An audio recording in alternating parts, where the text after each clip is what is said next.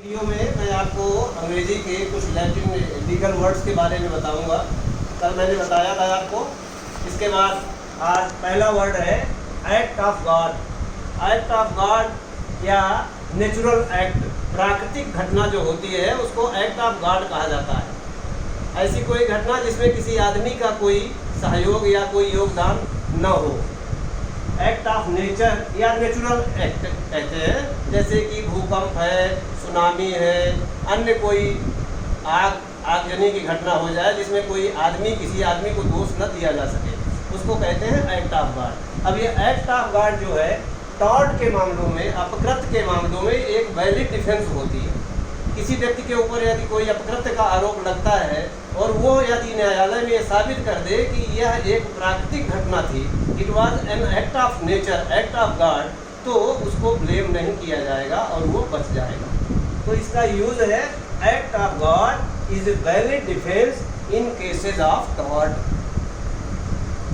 Act of God is a valid defence in cases of tort, अथवा हिंदी में कहेंगे अपकृत्य के मामलों में प्राकृतिक कार्य या ईश्वरीय कृत्य एक वैध बचाव है, एक अच्छा प्रतिवाद के रूप में है।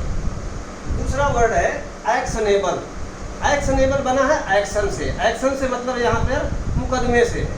तो एक्शनेबल का मतलब ये है कि वाद लाने के लिए न्यायालय में वाद लाने का आधार होना चाहिए। जिस बात पर भी हम मुकदमा न्यायालय में लाना चाहते हैं उस मुकदमे को लाने का आधार होना चाहिए, उसको हम एक्शनेबल कहते हैं। अफोर्डिंग ग्राउंड ऑफ एक्शन, ऐसा कोई वाद, ऐसा कोई मामला जो हमें मुकदमा लाने का आधार प्रदान करता हो, इसको हिंदी में कहेंगे वाद लाने योग्य। अब आपने टॉर्ट में पढ़ा होगा दो तरह के मैगजीम, एक होता है डेमनम साइन इंजोरिया और एक होता है इंजोरिया sign डेमनम।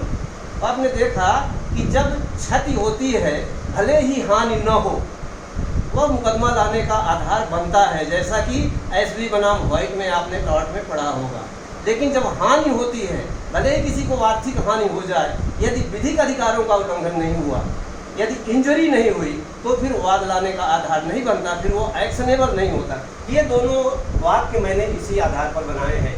डेमनम sign इंजोरिया is not actionable. दूसरा है इंजोरिया साइन डेमनम इज एक्शनेबल।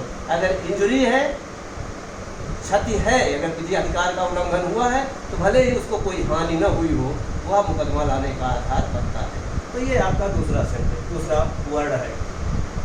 तीसरा वर्ड है एक्यूज्ड। एक्यूज्ड अर्थात अभियुक्त, एक ऐसा व्यक्ति जिसके ऊपर किसी अपराध को करने का आरोप है। जब किसी व्यक्ति के ऊपर ये आरोप लगता है कि इसने ऐसा अपराध किया है, तो उसको हम अंग्रेजी में एक्यूज्ड कहते हैं। अब एक्यूज्ड हो सकता है न्यायालय में बरी हो जाए, तो वो अपराधी नहीं होगा। अगर वो बरी हो जाता है तो फिर वो निर्दोष माना जाएगा। लेकिन एक्यूज्ड तब तक वो एक्यूज्ड रहता है जब तक न्यायालय द्वारा उसका विचारण नहीं किया जाता। इसका अंग्रेजी एक्सप्लेनेशन है a person charge with an offence, एक ऐसा व्यक्ति जिसके ऊपर किसी अपराध को करने का आरोप है। यूज है इसका the police arrested the accused, police ने एक्यूज्ड को अरेस्ट कर लिया, अभियुक्त को गिरफ्तार कर लिया। दूसरा यूज कर सकते हैं आप the magistrate remanded the accused in judicial custody, न्यायालय ने, मजिस्ट्रेट ने अभियुक्त को न्यायिक हिरासत में सौंप दिया या रिमांड कर दिया।